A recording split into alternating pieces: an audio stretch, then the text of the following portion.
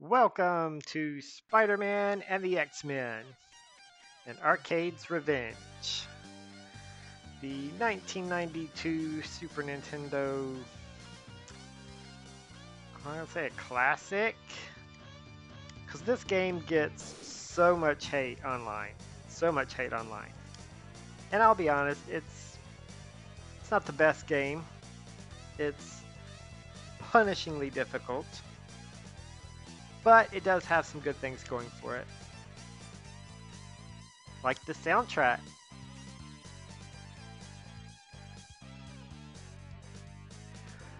So I want to show the game off and show you how I play it, maybe give you some strategies in case you ever want to give it a try, because it is not as bad as people make it out to be. It really isn't. Yes, you just have to have a little patience for it. So the game starts out with Spider-Man swinging through the city as one does when he realizes that the X-Men have started going missing. As you can see, Gambit is captured right in front of his Spidey eyes. Fortunately, Spider-Man recognizes the truck as uh, one of Arcade's tools. So we start out playing as Spider-Man. He's going to try to break into Arcade's keep to rescue the X-Men. Get to play as Spider-Man, and he feels actually pretty good, pretty good. Spider-Man can jump, he can fire little web bolts, he can swing from a web,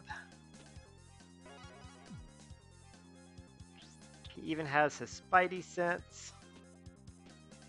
I mean, I feel like for the 16-bit era, I feel like this is pretty good for Spider-Man. I mean, he looks pretty good. He's animated pretty well. I don't have any complaints. And also, he can even wall crawl. Yes, Spider-Man can climb walls. I mean, literally, what's missing? What's missing? Tell me. So, to get through this tutorial stage and break into Arcade's layer, whatever you want to call it, you have to collect these devices, which I believe the instruction manual calls cameras. I want to say this game came out for several other systems, including Sega, Game Boy Advance, maybe, and I think in other consoles they were called bombs or something, but Nintendo's not going to be so violent, I guess. So we're going to call them cameras. Spider-Man has to collect all of these cameras in a particular order for reasons.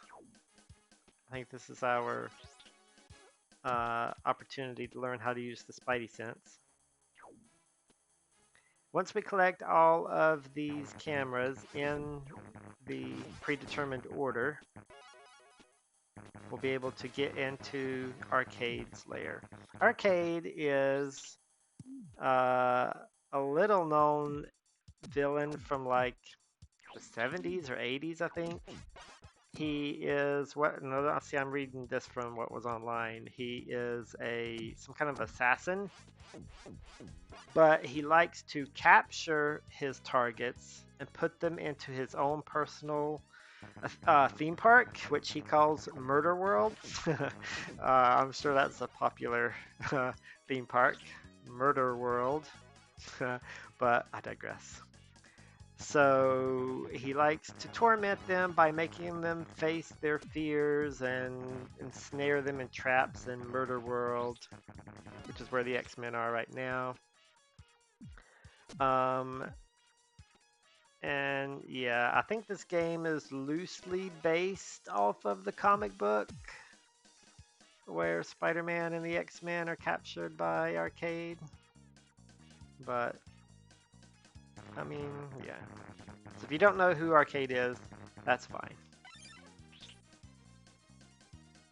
So now we have completed the tutorial stage. And there he is. That's Arcade. Welcome one and welcome all. I'm so glad you could make it, Spider-Man. Your presence here is a bonus I didn't plan. Still, there's plenty of fun for everyone. Let the games begin. So we have 4 of the X-Men that are playable in this game. There's obviously a lot more X-Men than just the 4. But having completed the tutorial stage, we now have the opportunity to play any of the 5 playable characters. We can continue with Spider-Man, we can play as Wolverine, we can play as Cyclops, we can play as Storm, or Gambit.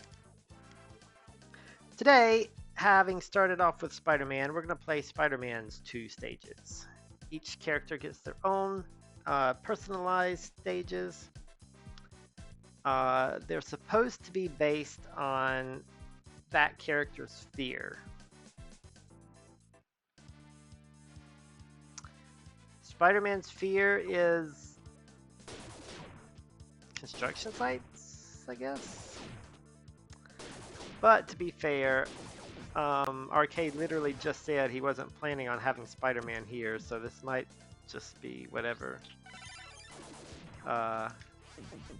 This attraction may be whatever Arcade just sort of had lying around. I don't know. And it's okay.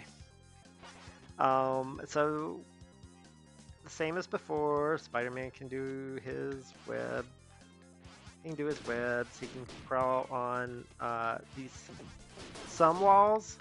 As you can see, these sort of metallic beams, Spider-Man can wall crawl on.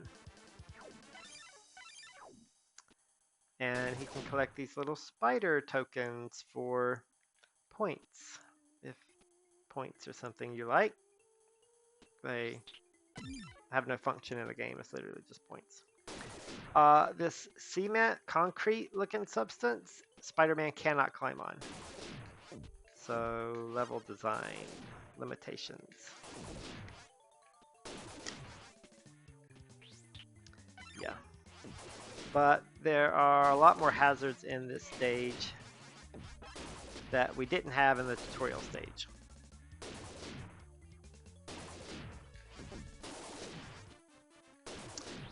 There is a path. Ultimately, you're just trying to get to the top of this stage. That's the theme for a lot of these levels. You basically just need to make your way to the top. I read that Arcade, as sinister as he is with his little maniacal attractions in his murder world, I read that Arcade does always give his victims a way out. So there is technically a way to get out of his traps if the person can find their way out. So there's some honor in his madness, maybe? There's an extra life. The heart, of course, is for health. And the Spidey icon is for a 1-up. They are few and far between, so it is imperative to collect each and every one that you can find. Because you're only going to find it one time. If I die and have to play this stage again, it will not be there. It has been consumed.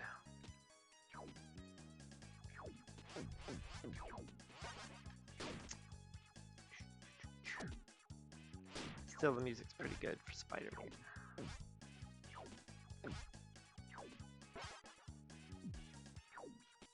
So while we're talking about Spider-Man, who is your favorite film Spider-Man?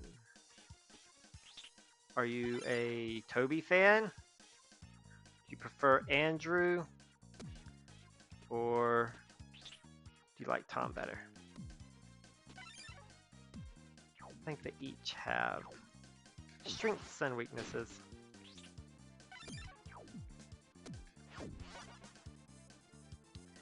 So which Spider-Man would this be? Is this Tom saving the X-Men? Is it Andrew? But this came out, well, this came out in '92. That was even before Toby, so we don't know. It's Peter either way, right? Oh, forgot to mention, we just fought Shocker off screen. He is a Spider-Man villain. So Spider-Man does get to fight some classic villains from the comic books. I think these other enemies that I'm fighting are just video game minions, so it's whatever. And this stage, we're not picking up the cameras, so it is the boss.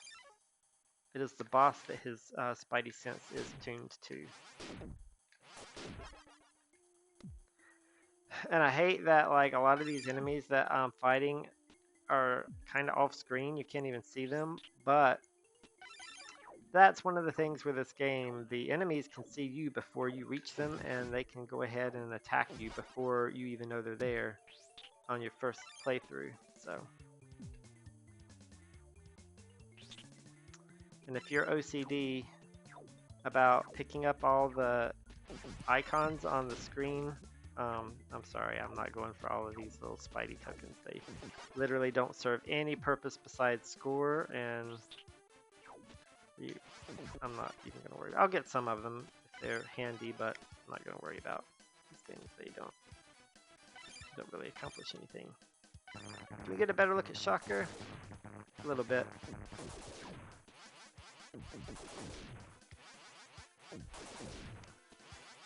Oh, Shocker. Boom, boom, boom, boom. Okay.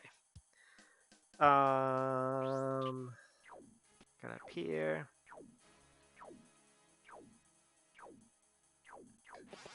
Classic video game trope. The red ones are do more damage than the... I'm not even going to worry about that one up there. Then the other color, you change the color palette, and that changes their perceived strength. But see, this feels so good, like swing from a web and climbing walls. Oh, I didn't mean to do that. I feel like this is what Spider-Man would be doing. So, I will concede that Spider-Man's wall climbing is a little stiff because it's almost magnetic. Like if you get near a wall, he automatically climbs it, and it's kind of hard to get off of. Okay, so this is the end of the stage. Here we are going to fight the boss of Spider-Man's first stage. It is a demon called Nastra, I think. I've never seen or heard of this villain outside of this game. I did Google it. He or she, it is from the X-Men comics. I want to say has something to do with Madeline Pryor. Back in those days, I don't know. It does drop these little gems when you attack it, and they do allow you to recover a small amount of health. But enough hits, and you can defeat it. Ha ha ha ha ha! Spider-Man! Oh, I lost the little gem. Well done, Spider-Man. And with that being one stage for Spider-Man down, let's do his last stage. Get ready, Spider-Man. So as you can see, this stage is pretty similar to the first one, but the difficulty is ramped up. I may have made the first stage look a bit easy. And it's not as punishing as some of the other stages are. But now they're gonna up the ante. Now we have weather and wind to contend with. We're outside, and so Spidey has to be careful where he swings his web because the wind will dramatically impact the trajectory of his web swings. So this is a level that tests your patience. Oh my goodness. Oh my goodness. You didn't see that. You did not see that. Take two. And this is Spider-Man second stage. Yeah, it's just like the first one. But seriously, you do have to make sure that when you jump, when you swing your web, that the wind is blowing in a favorable direction. Otherwise, something that you didn't see will happen. That we cut. It's what's in this video. You don't know what I'm talking about. So yeah.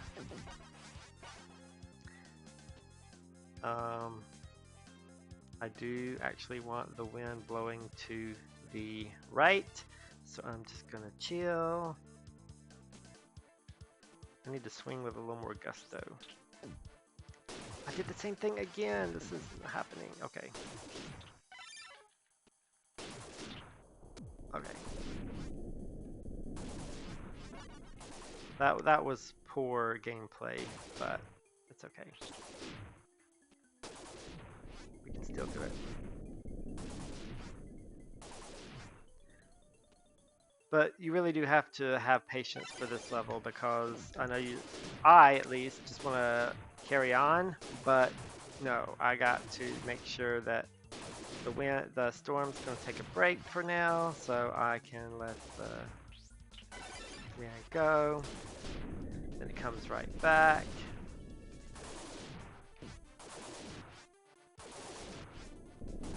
Could use a little health if I find it, not a huge deal. That's fine. There's nothing right here. So we're going to keep going.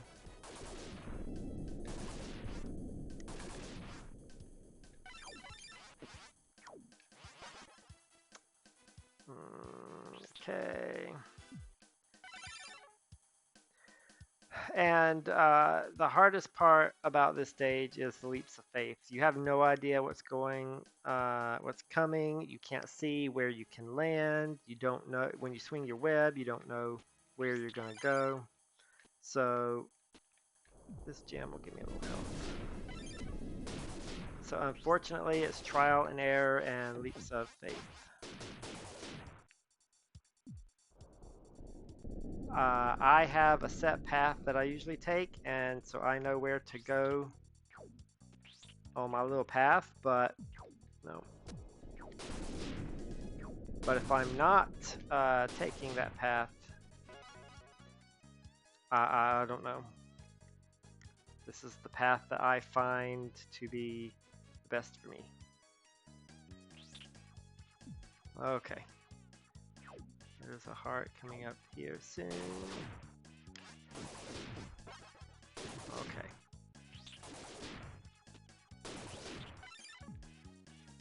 But it does feel good swinging through the swing on your web through the city. Sometimes you just have to watch your score. Oh. Watch your score or listen to the sound effects to know if you're hitting an enemy. This is it. This is the end of Spider-Man's second stage. If you have patience, you can get through it pretty easily. Get all these points for reasons. I think we're going to be okay. Except we have to fight Rhino. And if you can see him on screen, there he is. Carnage. You just have to spam that web whenever Rhino crashes into the wall. He knocks Spider-Man down.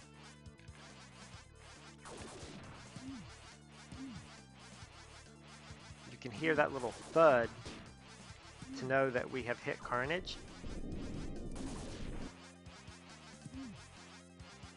Have to take out Carnage first.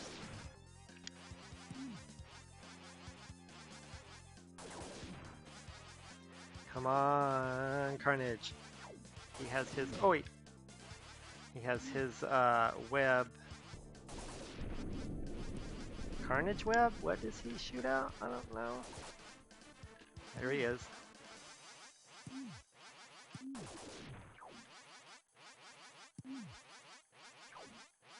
Is that fair that Spider-Man has to fight 2 bosses at one time? Yeah. He is the amazing Spider-Man. Now Carnage has been defeated. He has left his hearts, I guess. And now we have to take out Rhino. Rhino, however, does not care about Spider-Man's web. Another attack that Spider-Man has, wait, that I guess I haven't used.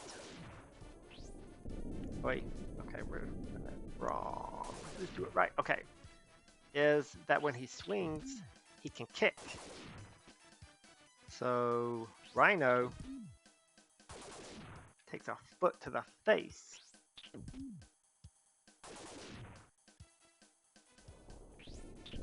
Not difficult.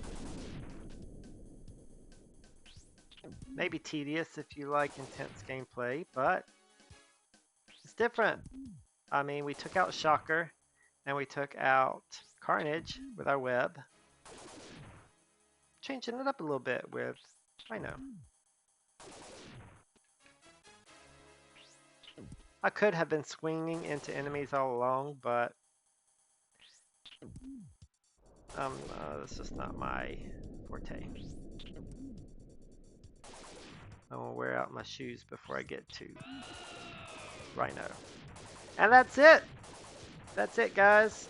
We have beaten all 3 of Spider-Man stages.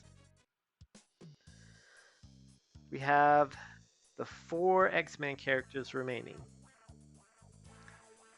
Who should we go to next? Come back next time to see more of Spider-Man and the X-Men in Arcade's Revenge.